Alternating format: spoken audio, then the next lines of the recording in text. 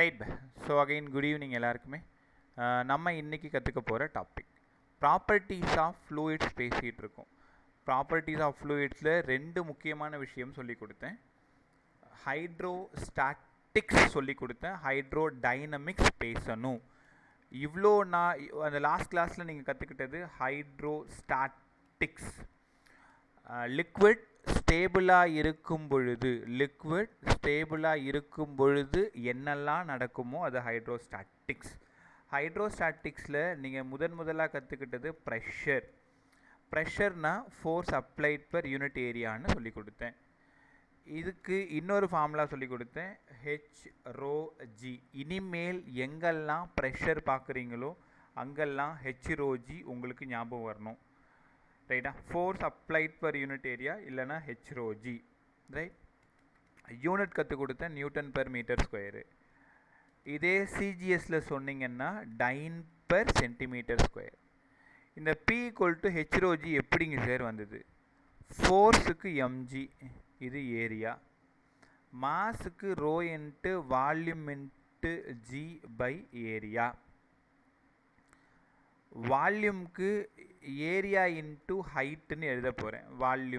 வால்யூம்க்கு பதிலாக area into height. ஒரே நிமிஷம். வால்யூம்க்கு பதிலாக area into height into G by area. இந்த டாப்பிக்கில் எல்லா ஈக்குவேஷன்லேயும் கூடவே வரப்போகிறவன் தான் இந்த ப்ரெஷர், ஹெச்ரோஜி. ப்ரெஷர் = ஹெச்ரோஜி, P = ஹெச்ரோஜி. நல்லா கற்றுக்கிறீங்களா? மோனிஷ் குட் ஈவினிங் பை. பூஜா குட் ஈவினிங் பை. மோனிஷ், பூஜா கேக்குதா? Good evening sir. Good evening பை. ரைட். ஸோ ப்ரெஷர் = ஹெச்ரோஜி அன்றைக்கி சொல்லி கொடுத்தேனா? Right by. அடுத்தது 3 ப்ரெஷர் பற்றி பேசினேன். முதலாக நான் சொல்லி கொடுத்தது அட்மாஸ்பியரிக் ப்ரெஷர். அன்றைக்கி கற்றுக்கிட்டவங்க சார் ஏற்கனவே நான் கற்றுக்கிட்டோம் அப்படின்லாம் நினைக்காது, ஒரு சின்ன ரிவிஷன் போகிறது நல்லது. இந்த ரெசனே ரொம்ப இம்பார்ட்டன்ட். எனக்கு மொத்தம் 5 கிளாஸ் கேட்டிருக்கேன், இந்த வாரத்தில் 3 கிளாஸ் இருக்குது, இன்னும் 2 கிளாஸ். அதனால் இந்த ப்ராப்பர்ட்டிஸ் ஆஃப் லிக்விட் இந்த டாபிக் வரும்பொழுது தயவு செஞ்சு கிளாஸை மிஸ் பண்ணிடாது. நல்லா கற்றுக்குங்க. 2 கொஷின் கேட்பாங்க, 2 கொஷினும் ரொம்ப ஈஸியாக இருக்கும். நான் சொல்கிறது NEET physics and JEE physics ஒரே ஒரு கொஷின் மட்டும். அட்மாஸ்பியரிக் ப்ரெஷர், நம்ம சர்க்கம்ஃபரன்ஸில் இருக்கக்கூடிய ப்ரெஷர் தான் அட்மாஸ்பியரிக் ப்ரெஷர். அட்மாஸ்பியரிக் ப்ரெஷர்னால் நீங்கள் அதை 1 ATMனு கூப்பிடணும். அட்மாஸ்பியரிக் ப்ரெஷர் இதோட வேல்யூ எவ்வளோ சார்? அன்றைக்கி சொன்னேன் 1.013 × 10⁵ பாஸ்கல்னு கற்றுக் கொடுத்தேன்.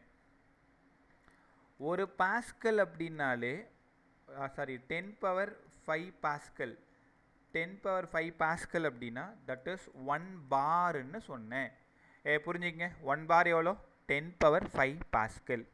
அப்போ 1 அட்மாஸ்பியரிக் ப்ரெஷர் எவ்வளோபான்னு கேட்டால் 1.013 பார்ன்னு சொல்லணும். ரைட்டா?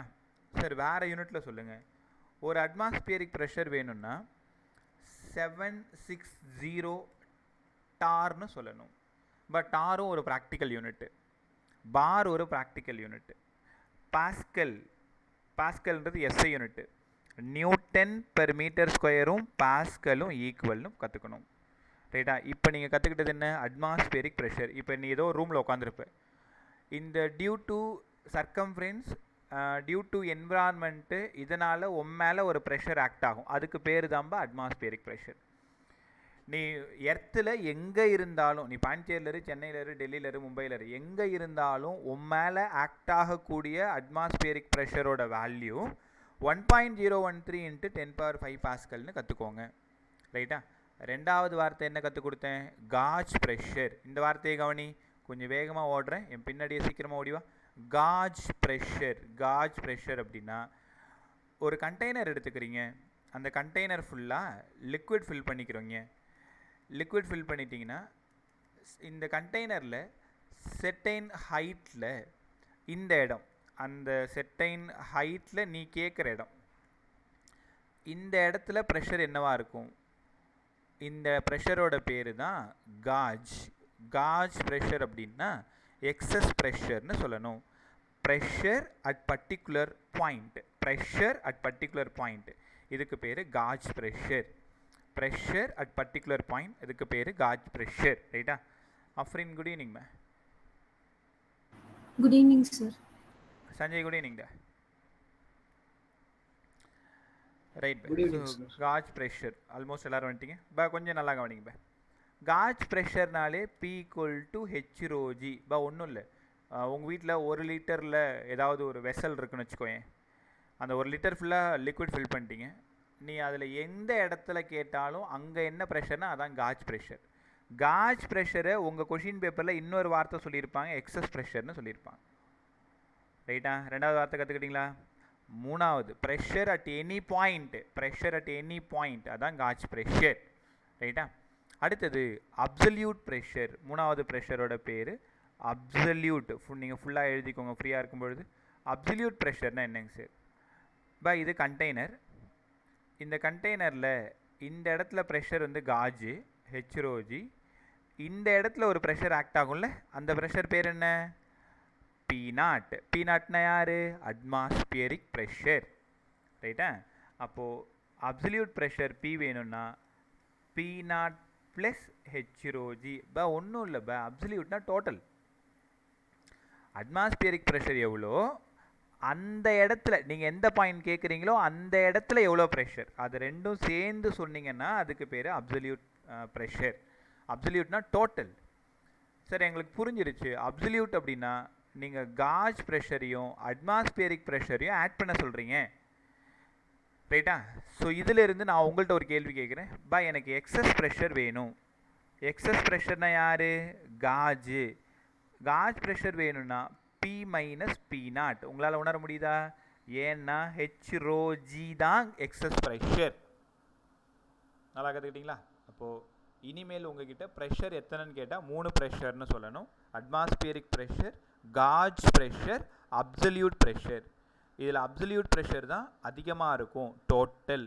அப்சல்யூட் ப்ரெஷர் வேணும்னா அட்மாஸ்பியரிக் ப்ரெஷரையும் காஜ் ப்ரெஷரையும் நீங்கள் என்ன பண்ணணும்? ஆட் பண்ணணும். ரைட்டா? அடுத்தது ரொம்ப முக்கியமான ஒரு கேள்வி, ஏற்கனவே கேட்ட ஒரு கேள்வி.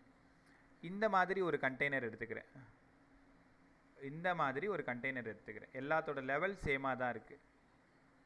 இந்த மாதிரி ஒரு கண்டெய்னர் எடுத்துக்கிறேன். இங்கேருந்து இவ்வளோ ஹைட்டில் ப்ரெஷர் P1, இங்கேருந்து அதே ஹைட்டில் ப்ரெஷர் P2, இங்கேருந்து அதே ஹைட்டில் ப்ரெஷர் P3. எல்லாமே சேம் லெவலில் இருக்குது. அப்போ ப்ரெஷர் எப்படா இருக்குன்னு கேட்பாங்க. சார் ப்ரெஷர் சேமாக தான் இருக்கும். அப்போ வெசல் எப்படி இருந்தாலும் பரவாயில்லையா? வெசல் எப்படி இருந்தாலும் பரவாயில்ல, சர்ஃபேஸ் மேலேருந்து செர்டைன் ஹைட்டு, 3 ஹைட்டும் ஈக்குவலாக இருக்குன்னா 3 ப்ரெஷர் ஈக்குவலாக தான் இருக்கும். அப்போ P1 = P2 = P3. இதே கேள்வி தான் உங்கள் நீட் ஃபிசிக்ஸில் கேட்டிருப்பாங்க. அப்போ இந்த இடத்துல நீங்கள் ஒரு வார்த்தை புரிஞ்சுக்கணும். ப்ரெஷருக்கும் ஏரியா ஆஃப் த கண்டெய்னரும் சம்பந்தமே கிடையாது. Pressure is independent of area of the container. Pressure is independent of area. யாரோடது? கண்டெய்னரோடது. Area of the container. இந்த வார்த்தையை நீங்கள் நல்லா ஞாபகம் வச்சுக்கணும். ப்ரெஷருக்கும் ஏரியா ஆஃப் த கண்டெய்னருக்கும் ஒரு சம்பந்தமும் கிடையாது. ஹைட் மட்டும் சமமாக இருந்தால் போதும், ப்ரெஷர் அங்கே ஈக்குவலாக தான் இருக்கணும். ஒரு பிரமாதமான கொஷினை நீங்கள் கற்றுக்கணும். கற்றுக்கிட்டிங்களா? அடுத்தது 2 மீட்டர் பற்றி சொல்லித்தரேன், கவனமாக கவனி. முதல் மீட்டரோட பேர் பேரோமீட்டர். பேரோமீட்டர். ரெண்டாவது மீட்டரோட பேர் மேனோமீட்டர். மேனோமீட்டர். சார் பேரோமீட்டரோட வேலை என்ன பண்ணுது? To measure the atmospheric pressure. எல்லாரும் படிங்க ஒழுங்கா. பேரோமீட்டரோட வேலை என்ன? To measure the atmospheric pressure. இந்த பேரோமீட்டர் தான் நமக்குலாம் சொல்லிச்சு 10⁵ பாஸ்கல்னு. இந்த பேரோமீட்டர் தான் அட்மாஸ்பியரிக்கை மெஷர் பண்ணி நமக்கு அதோட வேல்யூவை இன்ஃபார்ம் பண்ணிச்சு 1.013 × 10⁵ பாஸ்கல். இந்த 10⁵ பாஸ்கல் பிடிக்கலன்னா நீங்கள் 1 பார்னு எழுதலாம். மேனோமீட்டரோட வேலை என்ன sir? To measure gauge pressure. Gauge pressure எங்கே இருக்கும்? H rho g ன்னு சொன்னால. ஒரு கண்டெய்னர் இருக்குன்னா அந்த கண்டெய்னரில் சர்ஃபேஸ்லேருந்து நான் எவ்வளோ ஹைட்டில் வேணாலும் கேட்பேன். அந்த இடத்துல சொல்லக்கூடிய ப்ரெஷர் தான் காஜ் ப்ரெஷர். பதில் சொல்லுங்க. பேரோமீட்டரோட வேலை டு மெஷர் அட்மாஸ்பியரிக் ப்ரெஷர். மேனோமீட்டரோட வேலை to measure gauge pressure, which mean pressure at inside the container. சூப்பராக கற்றுக்கிட்டிங்களா? ஸோ பேரோமீட்டரோட இது வந்து டீட்டெயில்டாக உங்களுக்கு எதுவும் பெருசாக இதை பற்றி எக்ஸ்பிளைன் பண்ணலாம் கேட்க மாட்டாங்க. ப்ரெஷர் படிக்கிறதுனால பாரோமீட்டரோட வேலை என்ன, மேனோமீட்டரோட வேலை என்ன, அது ரெண்டுத்தையும் நல்லா கற்றுக்கு. ரைட்டா? ஸோ ப்ரெஷர் பற்றி ரொம்ப நல்லா கற்றுக்கிட்டிங்களா? அப்படி டக்குன்னு டென்சிட்டி போயிடலாமா? ஓகே. ராம்கோகுல், குட் ஈவினிங் பே. Good evening sir. ரைட் பே. ஸோ உங்களை இப்படி பார்க்குறது எவ்வளோ சந்தோஷமாக இருக்குது. இப்படி இருந்தீங்கன்னா எனக்குமே ஒரு பெரிய எனர்ஜி. சரி, ஒரு ஜாலியாக அப்படி கற்றுக் கொடுத்துட்டு போயிடும். நேற்று கிளாஸ்லலாம் பார்த்தீங்கன்னா 7 பேர் 8 பேர் உட்காந்துருக்கீங்க. அதுவும் 12th கிளாஸில் இப்போ பெருசாக என்னாச்சின்னு தெரில, 12th பசங்களுக்கு பெருசாக இன்ட்ரெஸ்ட் இல்லையான்ட்டு. ரிப்பீட்டர்ஸும் 12th, அதுவும் இந்த டாபிக் வேவ் ஆப்டிக்ஸ், அது கொஞ்சம் ட்ரை தான். ஸோ அதுக்காக லெசனை பார்த்து பயந்து போகிறது தப்பு இல்லை. ரைட்டா? அந்த மாதிரி இருக்கக்கூடாதுப்பா. வேவ் ஆப்டிக்ஸும் 2 கொஷின், ப்ராப்பர்ட்டிஸ் ஆஃப் ஃப்ளூயிட்ஸும் 2 கொஷின். எந்த கொஷினெல்லாம் எந்த லெசனெல்லாம் மற்றவன் படிக்க கஷ்டப்படுறானோ அந்த கொஷின், அந்த ஏரியாலாம் நம்ம அசால்ட்டாக கிராஸ் பண்ணிட்டு வந்துடணும். ரைட்டா?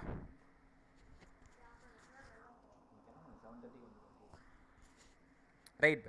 அடுத்தது டென்சிட்டி. டென்சிட்டினா என்னங்க சார்? நல்லா தெரியும். Density rho equal to mass by volume.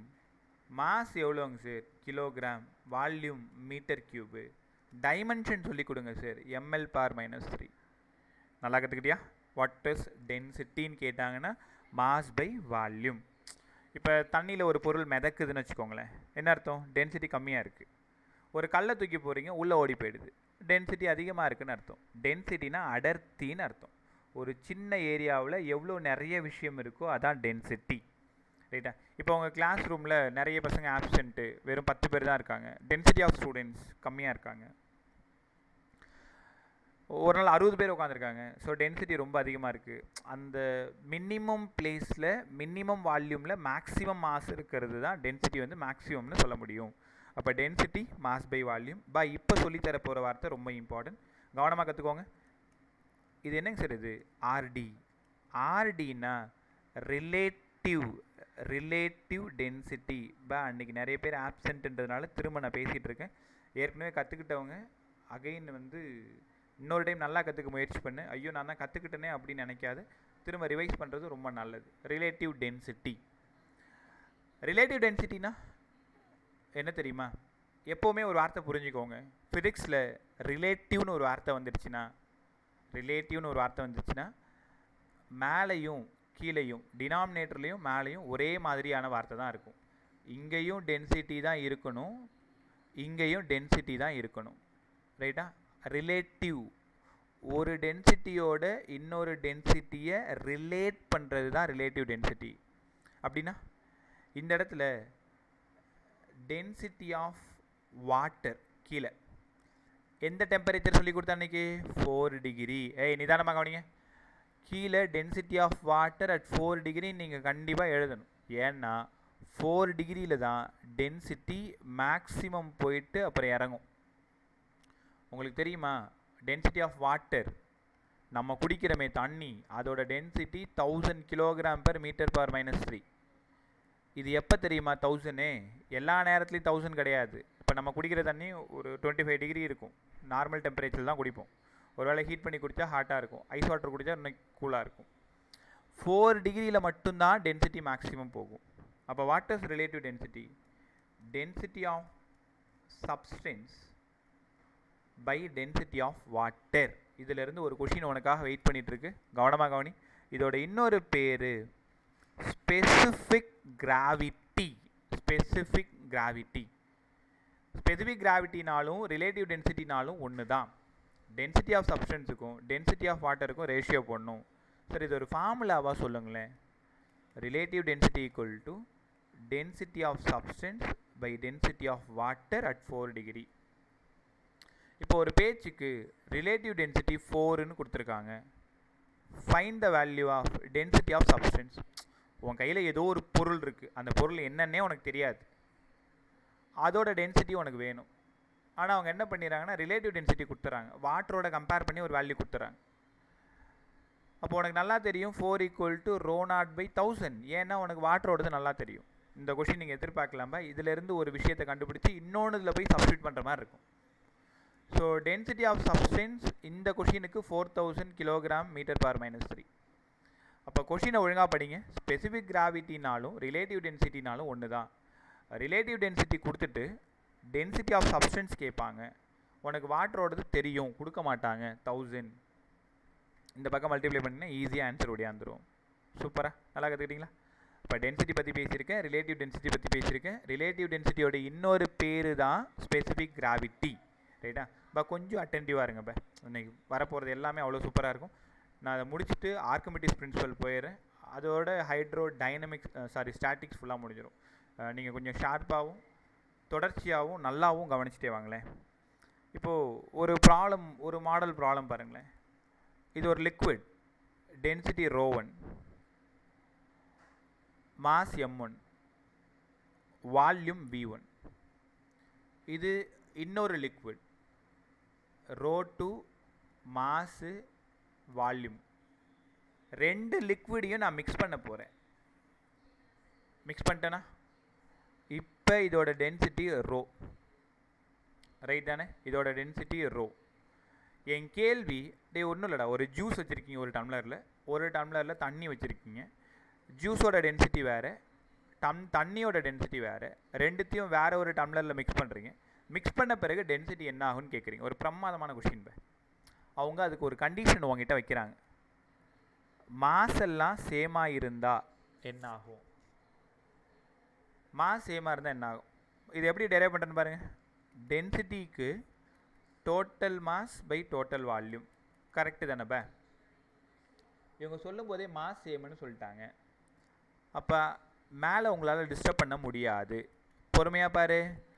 m1 + m2 by இந்த v1 வால்யூமுக்கு பதிலாக மாஸ் பை ரோன்னு எழுதலாமா? ஏன்? உனக்கு தான் தெரியுமே, மாஸ் பை வால்யூம் தான் ரோ. அப்போ m2 பை ρ2 தானே இங்கே. அப்போது மேலே இருக்கிற மாஸ் எல்லாம் ஈக்குவல். நான் தான் ஏற்கனவே சொல்லிட்டேன்ல, m1 = m2ன்னு சொல்லிட்டாங்கல்ல.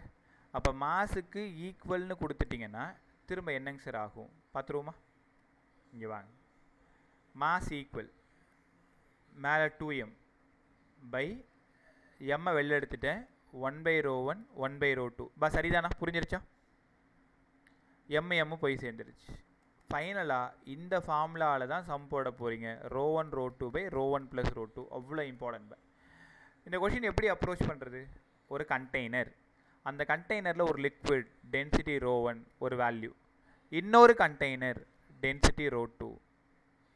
ரெண்டுத்தையும் மிக்ஸ் பண்ணும்பொழுது ஃபைனல் டென்சிட்டி என்ன? கண்டிஷன் சொல்லுங்கள் சார். தெளிவாக சொல்லியிருக்காங்க, மாஸ் ஈக்குவலாக இருக்குன்னு சொல்லியிருக்காங்க. தங்கங்களா, மாஸ் ஈக்குவலாக இருக்குன்னு சொன்னாதான் இந்த ஃபார்முலாவை யூஸ் பண்ணணும். 2ρ1 ρ2 பை ρ1 + ρ2. இதே வால்யூம் ஈக்குவல்னா வேறு ஒரு ஃபார்முலாவுக்கு நம்ம போகணும். ஃபார்முலா படிங்க எல்லாரும். மாஸ் ஈக்குவலாக இருந்தால் மிக்சர் சம்மில், அதாவது லிக்விடை மிக்ஸ் பண்ணக்கூடிய சம்மு 2ρ1 ρ2 பை ρ1 + ρ2. ரைட்டா? எல்லாமே நம்ம ஆலன் மாடலில் இந்த சம் இருக்குது. அப்படியே பார்த்தீங்கன்னா டக்குன்னு போட்டுடலாம். ட்ரை பண்ணி பாரு. அடுத்தது சார் கேஸ் 2 சொல்லுங்கள். வால்யூம் ஈக்குவலாக இருந்தால் என்னப்பா பண்ணுறது? அப்போ டென்சிட்டிக்கு என்ன formula? Total mass by total volume. நம்ம வால்யூமை டிஸ்டர்ப் பண்ண முடியாது. ஆனால் ρ = மாஸ் பை வால்யூம்னு தெரியும். மாஸ் = ρ × வால்யூம்னு தெரியும். ρ1 v1 ρ2 v2 by v1 + v2. சரிதானா? ஏன்னா வால்யூமை டிஸ்டர்ப் பண்ண முடியாது. வால்யூம் சேம்னு சொல்லிட்டாங்க பாருங்களேன். இப்போ மாஸை தான் நீங்கள் உடைச்சாகணும். ρ1 v1 + ρ2 v2. இங்கே வால்யூம் எல்லாம் சேமாக இருக்குன்னு சொல்லிட்டாங்க. அப்போ ρ1 + ρ2 பை 2. என்ன பண்ணியிருக்கேன்? ρ1 + ρ2 வால்யூமை வெளில எடுத்திருக்கேன், ரெண்டு வால்யூமை ஆட் பண்ணியிருக்கேன் சேம்ன்றதுனால. அப்போது ரெண்டு ஃபார்முலாவை கவனத்தில் எடுத்துக்கோங்க. மிக்சர் கொஷின் வந்தால் m1 = m2 இருந்தால் ஃபார்முலா 2ρ1 ρ2 பை ρ1 + ρ2. பயப்படாத, ரெண்டு தான் கொடுப்பாங்க, 3 4லாம் போக மாட்டாங்க. வால்யூம் ஈக்குவலாக இருந்தால் ρ1 + ρ2 பை 2. இந்த சம்மை எல்லாரும் உணருங்க. ரெண்டு கண்டெய்னரில் லிக்விட் மிக்ஸ் பண்ணி ஒரு பெரிய கண்டெய்னரில் ஊற்றுறீங்க. அப்போ டென்சிட்டி என்ன ஆகும்? இது ρ1, இது ρ2, இது ρ. ஃபஸ்ட்டு மாஸ் ஈக்குவலாக இருந்தால் இந்த கேஸு, வால்யூம் ஈக்குவலாக இருந்தால் இந்த கேஸ். அவ்வளோதான். நான் ரொம்ப நல்லா கற்றுக்கிட்டிங்களா? ரைட் பே. அடுத்தது பொறுமையாக பார்த்துக்கிட்டே வா. எங்கே புரியலனாலும் ஸ்டாப் பண்ணி புரியல சார் கேளு.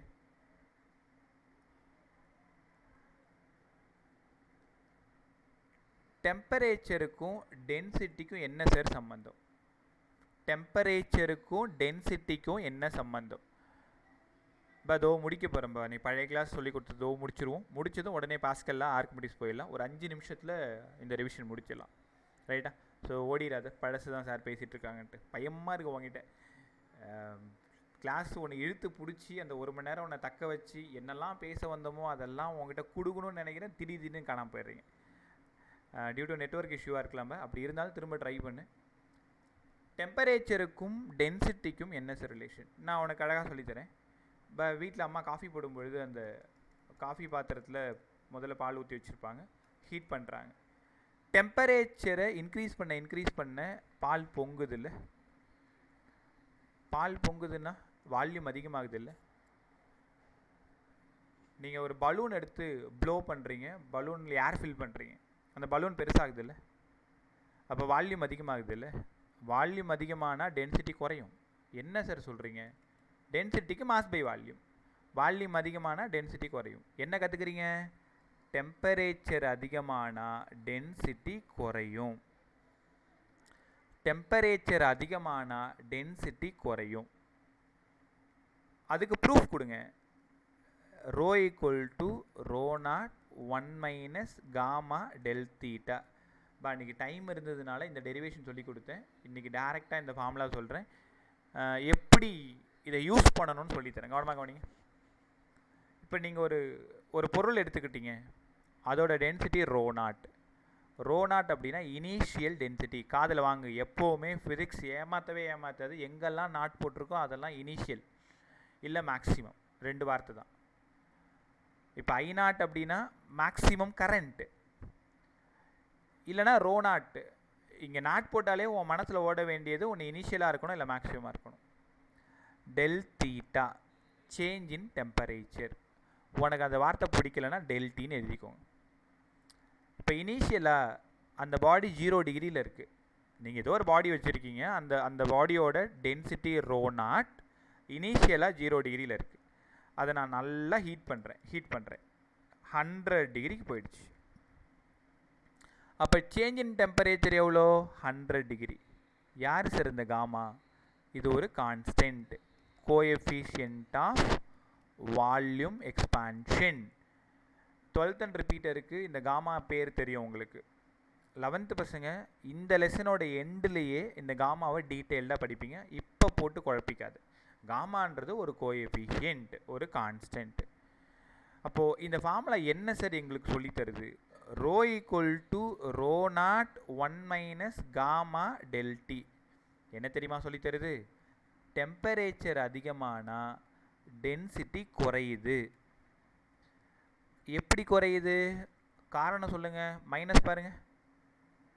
ரோ நாட் இனிஷியல் டென்சிட்டி ஒரு 10 ரூபாய் இருந்தது. இப்போ இந்த டெம்பரேச்சர் அதிகமாகிடுச்சுன்னா இந்த 10 ரூபாய் 1 மைனஸ் ஒரு 2 ரூபாய், ஒரு 1 மைனஸ் ஒரு 0.5ன்னு வச்சுக்கோங்களேன் ஒரு பேஜுக்கு. அப்போ என்ன ஆகுது? 9.5 ஆகிடுச்சு இல்லை? ஏதோ ஒரு சம் வேல்யூ வந்துடுச்சு இல்லை? அதாவது 1 மைனஸ் 0.5 1/2 5 வந்துடுச்சு இல்லை?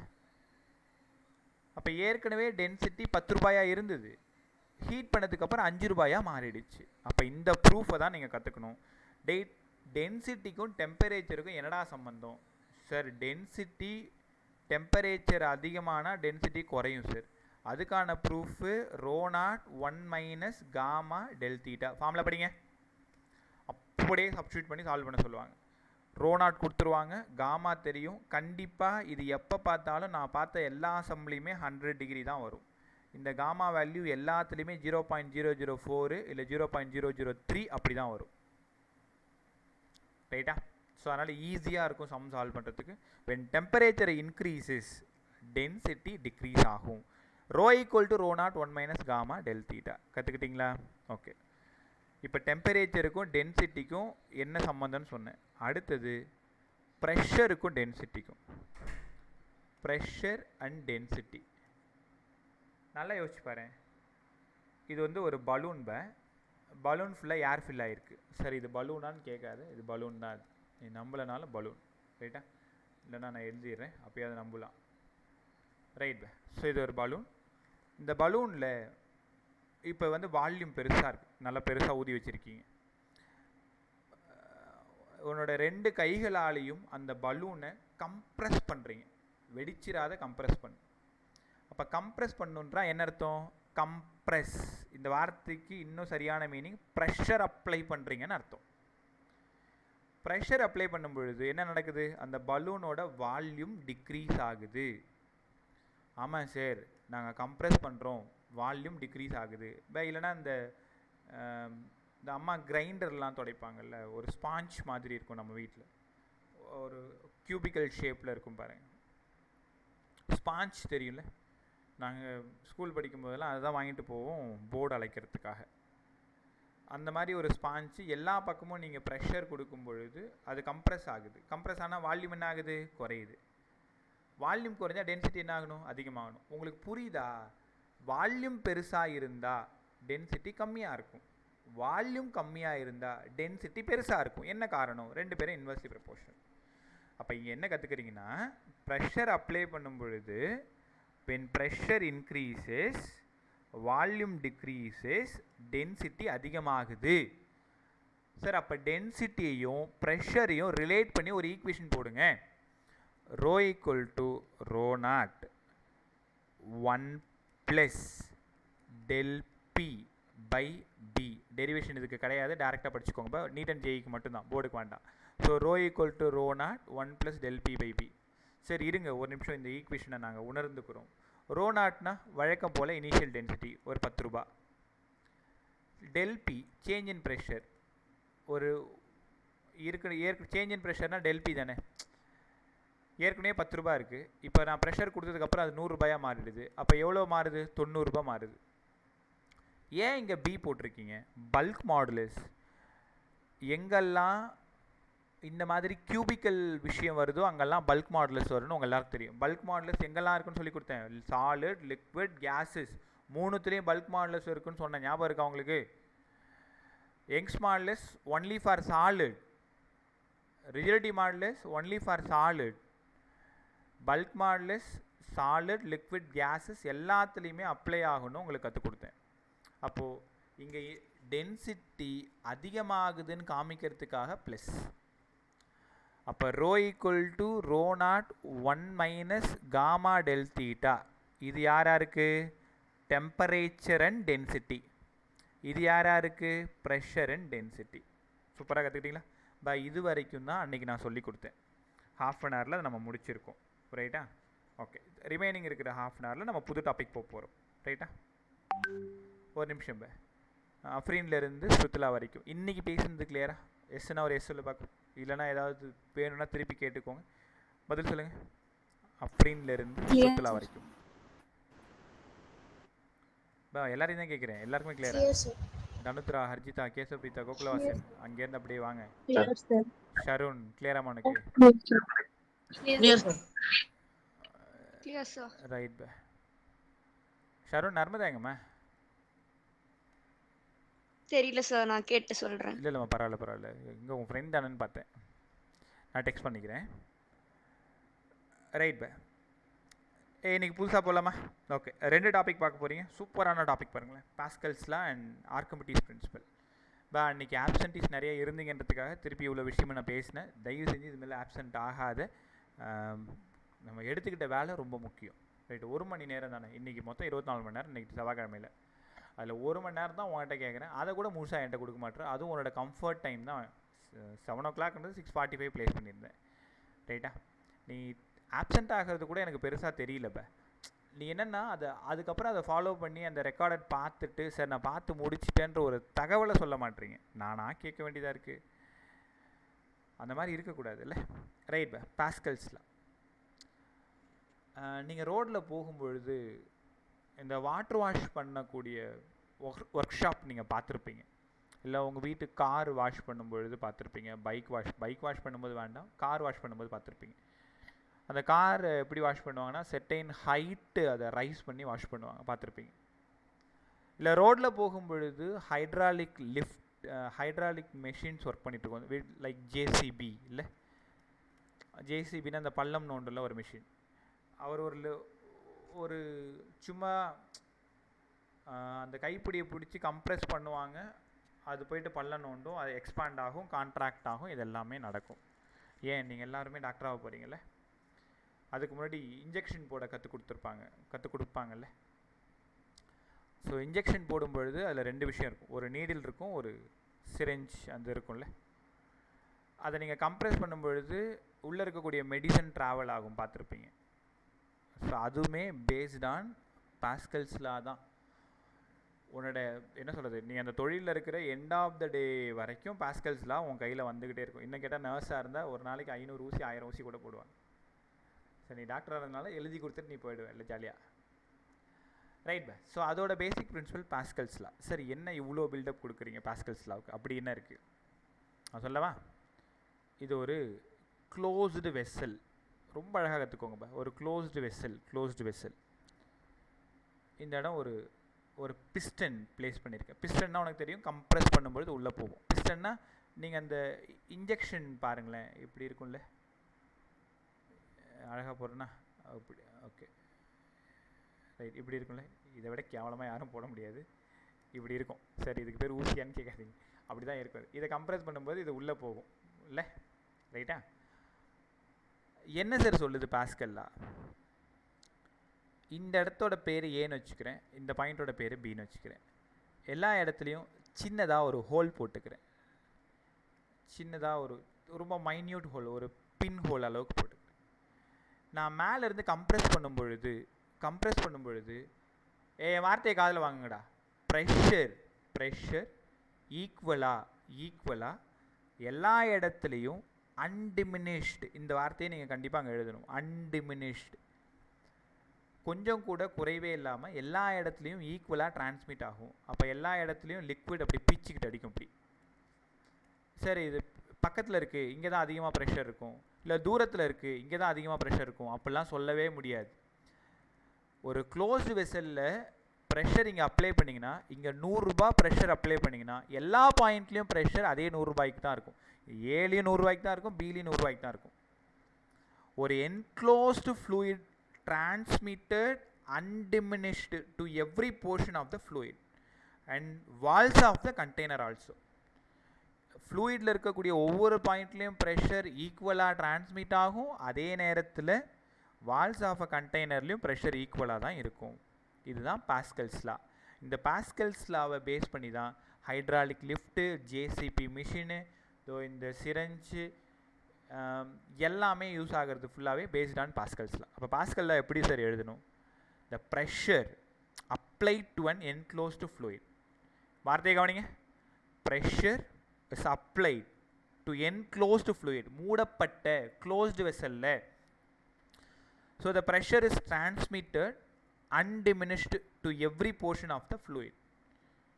ப்ரெஷர் எல்லாத்துலேயும் ஈக்குவலாக டிரான்ஸ்மிட் ஆகும், கொஞ்சம் கூட குறைவில்லாமல், அன்டிமினிஷ்டு.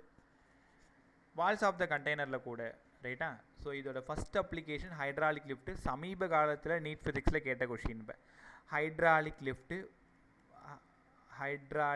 லிஃப்ட் கவனமாக கவனி. இதில் ஒரு ப்ராப்ளம் ரொம்ப ஈஸியாக இருக்கும். படிச்சிங்கன்னா ஈஸி, படிக்கலைன்னா கஷ்டம். பாருங்க, நம்ம இந்த காரெல்லாம் வாஷ் பண்ணுவோம்ல, அந்த ஹைட்ராலிக் லிஃப்ட் எப்படி இருக்கும்? இப்படி தான் இருக்கும். நான் எப்படி ட்ரா பண்ணுறேன்னு பாருங்கள். 11th ஸ்டேட் போர்டு யாராவது இருந்தீங்கன்னா உங்களுக்கு இந்த கொஷின் 5 மார்க்கில் கேட்பாங்க போர்டில். ஸ்டேட் போர்டு தான் உங்களுக்கு இது இருக்குல்ல, போர்டு எக்ஸாம் இருக்குல்ல, ரைட்டா? இப்படி இருக்குன்னு வச்சுக்கோங்களேன். இது ஃபுல்லாக நான் என்ன பண்ணுறேன்னா, ஒரு நான் விஸ்கஸ் லிக்விட், விஸ்கஸ் இல்லாமல் ஒரு லிக்விடு. விஸ்கஸ்னால் குழகுழப்பு தன்மை உள்ளதான் விஸ்கஸ். தேங்காய் எண்ணெய், கேஸ்டர் ஆயிலு, பெட்ரோல், டீசல், இது எல்லாமே விஸ்கஸ். நான் விஸ்கஸ்னால் வாட்டர். இந்த மாதிரி ஒரு நான் விஸ்கஸ் லிக்விடை எடுத்துக்கிறேன். நான் என்ன பண்ணுறேன்னா, இந்த இடத்துல உங்களோட காரை பார்க் பண்ணியிருக்கேன். இது காரான்னு கேட்காத, கார் தான். நான் இங்கேருந்து F1 ஃபோர்ஸ் கொடுக்குறேன் A1 ஏரியாவில். என்ன சார் பண்ணுறீங்க? டேரெக்டாக ப்ரெஷர் கொடுக்குறேன்னு சொல்லிட்டு போங்களேன். ஏன்னா ப்ரெஷருக்கு force applied per unit area. அப்போ நான் இங்கே எவ்வளோ ப்ரெஷர் கொடுக்குறேன்? 100 ரூபாய்க்கு ஒரு ப்ரெஷர் கொடுக்குறேன். ஒரு பேஜுக்கு 100 ரூபாய் கொடுக்குறேன். அதே ப்ரெஷர் இங்கே ஈக்குவலாக டிரான்ஸ்மிட் ஆகும். அப்படியே வந்து இந்த ஏரியாவில் F2 ஃபோர்ஸ் கொடுத்து இந்த காரை லிஃப்ட் பண்ணும். நீ நினைக்கலாம், ஐயோ சார் கார் செம்ம வெயிட்டாக இருக்குமே, பெருசாக இருக்குது, ரொம்ப கம்மியான ப்ரெஷர் கொடுத்தா போதும், ஈஸியாக மேலே லிஃப்ட் ஆகிடும். காரணம் பாஸ்கல்ஸ்லாம். ஏன்னா பாஸ்கல்ஸ்லாம் என்ன சொல்லுது, நீ எவ்வளோ ப்ரெஷர் கொடுத்தாலும் அது ஈக்குவலாக கொஞ்சம் கூட லாஸ் ஆகாமல் எல்லா பாயிண்ட்லேயும் டிரான்ஸ்மிட் ஆகும். அப்படின்னா ப்ரெஷர் 1 ஈக்குவல் டு ப்ரெஷர் 2ன்னு சொல்ல வரீங்க. இங்கே கொடுத்த ப்ரெஷரும் இங்கே கொடுத்த ப்ரெஷரும் ஈக்குவல்னு சொல்ல வரீங்க. அப்போ ப்ரெஷருக்கு F1/A1, இங்கே ப்ரெஷருக்கு F2/A2. ரைட்டா? காலங்காலமாக இதில் கேட்குறது F2 தான் கேட்பாங்க. இந்த காரை எவ்வளோ ஃபோர்ஸ் கொடுத்து நம்ம லிஃப்ட் பண்ண போகிறோன்னு கேட்பாங்க. நீங்கள் F2 தான் கண்டுபிடிக்கணும். F1/A1 × A2 செம்ம அசால்ட்டாக போட்டுடலாம். ஹைட்ராலிக் லிஃப்ட்னாலே கண்ணை மூடி யோசிச்சுப்பார், P1 = P2, F1/A1 = F2/A2. அவ்வளோதான், ரெண்டே ஸ்டெப் தான் ஹைட்ராலிக் லிஃப்ட்டு. அப்போ F2 = F1/A1 × A2. F1ன்றது என்ன, ஒரு பக்கத்தில் கொடுக்கப்பட்ட ஃபோர்ஸு, ஏரியா 1 அதே பக்கத்தில் இருக்கிற ஏரியா, ஏரியா 2 ஆப்போசிட் சைடில் இருக்கிறது. ரைட்டா? ஒருவேளை F1/F2, ஒரே நிமிஷம், பென் அதுக்குள்ளே எங்கேயோ ஓடி போச்சு.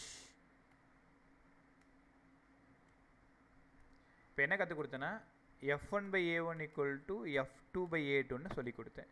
அப்போ F1/F2 வேணும்னா A1/A2 இந்த ரேஷியோவிலும் உங்களுக்கு சம் கேட்பாங்க. ஏரியா 1/ஏரியா 2 ரேஷியோ தான் F1/F2 ரேஷியோ. கற்றுக்கிட்டிங்களா? அப்போது இந்த ஏரியா A2 ரொம்ப ரொம்ப பெருசாக இருக்குது A1-ஐ விட. அப்படியே பார்த்தீங்கன்னா F2 பெருசாக இருக்கும் F1-ஐ விட.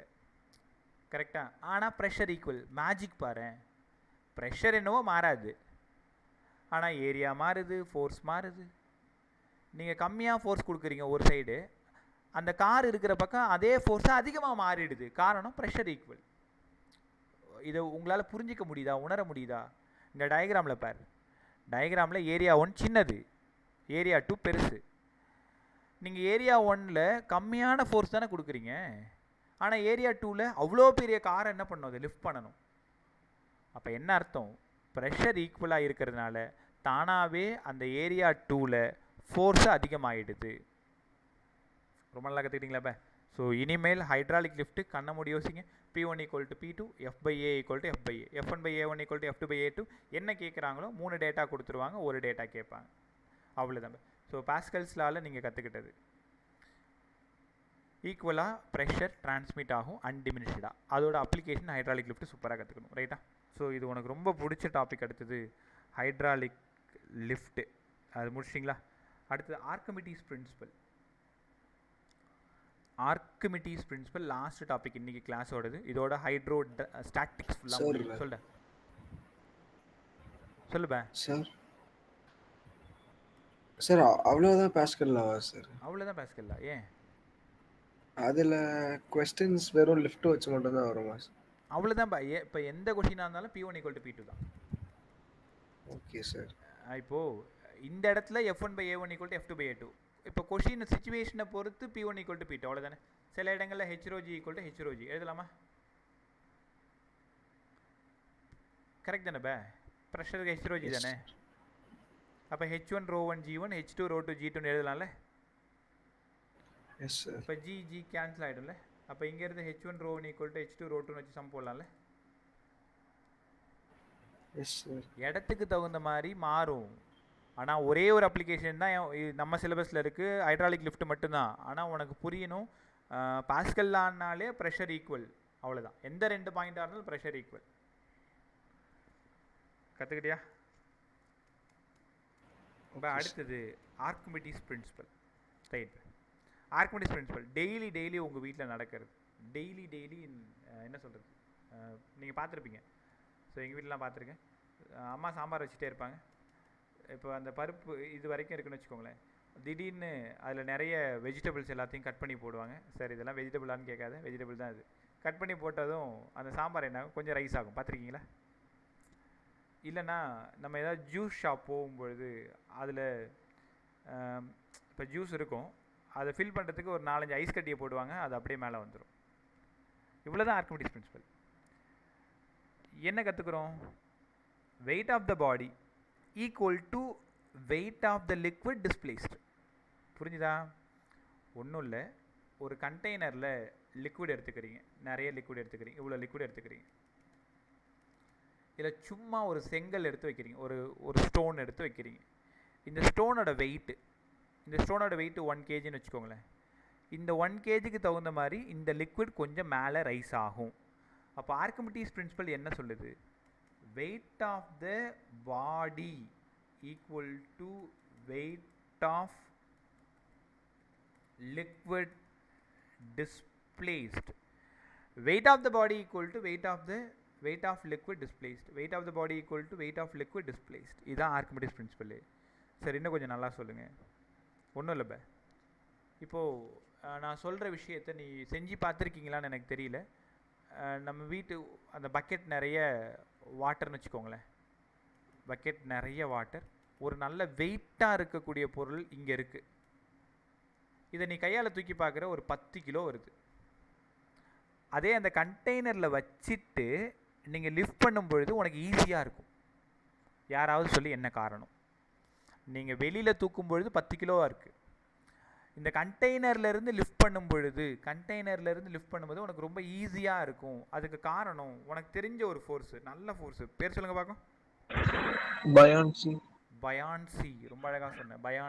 பயான்சி அப்படின்னா மிதத்தல் விசைன்னு அர்த்தம். பயான்சியோட இன்னொரு பேர் upward force இல்லை அப்த்ரஸ்ட் ஃபோர்ஸ்ன்னு சொல்லணும். பயான்சி இல்லை அப்வர்ட் ஃபோர்ஸ் இல்லை அப்த்ரஸ்ட் ஃபோர்ஸு. சூப்பராக இருக்குல்ல? இப்போ இது வந்து ஆக்சுவல் வெயிட்டு. கவனமாக கவனி, ஆக்சுவல் வெயிட்டு. நீங்கள் தண்ணிக்குள்ளார வச்சு தூக்கும் பொழுது இருக்கிறது அப்பேரண்ட் வெயிட்டு. எப்போவுமே ஆக்சுவல் தான் அதிகமாக இருக்கும், அப்பேரண்ட் கம்மியாக இருக்கும். அந்த பாடியோட டென்சிட்டி ரோ, லிக்விடோட டென்சிட்டி சிக்மா. உணருங்க, பாடியோட டென்சிட்டி ரோ, லிக்விடோடது சிக்மா. இப்போ டைரெக்டாக ஃபார்முலா எழுதுகிறேன். இனி ஆர்க்கிமிடிஸ் பிரின்சிபல், அப்பேரண்ட்டு, ஆக்சுவலு இப்படிலாம் வார்த்தை வந்துச்சுன்னா apparent weight equal to actual 1 - sigma by rho. முதல்ல ஃபார்முலா படி. அப்பேரண்ட் வெயிட் ஏகப்பட்ட சம் இதுக்கு முன்னாடி வந்திருக்கு. நீங்கள் ரோவும் சிக்மாவும் யாருன்னு எனக்கு தெளிவாக புரிஞ்சுக்கோங்க. ரோன்றது டென்சிட்டி ஆஃப் அ பாடி. நீங்கள் எந்த பாடியை தண்ணிக்குள்ளார வைக்கிறீங்களோ அந்த பாடி. சிக்மா நீ எடுத்துக்கிட்ட லிக்விடோட டென்சிட்டி. ரைட்டா? இது actual weight of the body 10 kilo. கண்டிப்பாக அப்பேரண்ட்டு அதை விட கம்மியாக தான் இருக்கும். அப்போ apparent weight equal to actual 1 - sigma by rho. இன்னும் 4 டைம் படிங்க. Apparent weight equal to actual 1 - sigma by rho. இப்போ நான் 3 கொஷின் உங்களுக்கு சொல்லித்தர போகிறேன். நீங்கள் வைக்கக்கூடிய பொருள் வந்து அதோட டென்சிட்டி கம்மியாக இருக்குது. ஒரு பிளாஸ்டிக் பால் தண்ணிக்குள்ளே தூக்கி போடுறீங்க, மிதக்குது இல்லை? அப்போ என்ன அர்த்தம்? தண்ணியோட டென்சிட்டி சிக்மா, அந்த பிளாஸ்டிக் பாலோட டென்சிட்டி ரோ. அப்போ அதோட ரோ கம்மியாக இருக்குது. இப்போ என்ன சார் வரும்? என்ன வரும்? இந்த இடத்துல நல்லா பாருங்கள், ரோ சின்னதாக இருக்குது, சிக்மா பெருசாக இருக்குது. அப்போது அப்பேரண்ட் கண்டிப்பாக ஆன்சர் நெகட்டிவில் வருமா பாருங்கள். ஏன்? ரோ 2 ரூபா, சிக்மா 8 ரூபா. அப்போ 2 ரூபா - 8 ரூபா -6 ரூபா நெகட்டிவா? அப்போ என்ன ஆகும்னா அந்த பொருளானது கண்டிப்பாக மிதக்கும்னு புரிஞ்சுக்கணும். தட் பாடி வில் ஃப்ளோட், மிதக்க ஆரம்பிச்சிடும். என்னடா கண்டிஷனு? பாடியோட டென்சிட்டி கம்மியாக இருக்குது. இதுக்கு நீ ஃபிசிக்ஸ் படிக்கணும்னு அவசியம் இல்லை. பிளாஸ்டிக் பாலை தூக்கி போட்டிங்கன்னா மிதக்கும், கல்லை தூக்கி போட்டிங்கன்னா உள்ளே போகும், அவ்வளோதான். பிளாஸ்டிக் பாலை தூக்கி போட்டிங்கன்னா டென்சிட்டி கம்மியாக இருக்குது, அதனால் மிதக்கும். Apparent weight negative. இப்போ பாடி ஃப்ளோட் ஆகுதா சார்? ஒருவேளை ரோ கிரேட்டர் தென் சிக்மாவாக இருந்தால் டபிள்யூ அப்பேரண்ட் பாசிட்டிவ். அதனால் நீ போட்ட வேகத்தில் சல்லுன்னு இங்கே வந்து உட்காந்துரும், அப்படியே ஃபாஸ்ட்டாக உள்ளே போயிடும். இதெல்லாம் ஓகே. இப்போ நம்மளை ஏமாத்துகிற மாதிரி ஒரு கான்செப்ட். 2 பேரும் ஈக்குவலாக இருந்தால் என்ன சார் ஆகும்? என்ன தெரியுமா ஆகும்? இங்கே பாருங்கள். ஈக்குவலாக இருந்தால் உனக்கு வேணாம் எனக்கு வேணான்ட்டு எக்ஸாக்ட் சென்டரில் மிதக்கும். இந்த இடத்துல இந்த கொஷினை அப்ளிகேஷனில் கேட்பாங்க, இல்லை ஏகப்பட்ட சம் கேட்பாங்க. டென்சிட்டி ஆஃப் பாடி கொடுத்துட்டு, டென்சிட்டி ஆஃப் லிக்விட் கொடுத்துட்டு, ஆக்சுவல் வெயிட் கொடுத்துட்டு, அப்பேரண்ட் வெயிட் கேட்டுருவாங்க. அப்போ ஆக்சுவல் வெயிட்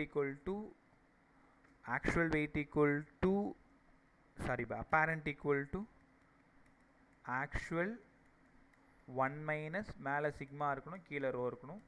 இந்த ஆக்சுவலுக்கு தேவைன்னா எம்ஜின்னு யூஸ் பண்ணிக்கோங்க, எம்ஜி ரைட்டா, ஏன்னா ஆக்சுவல் வெயிட் எம்ஜி தானே ரைட்டா.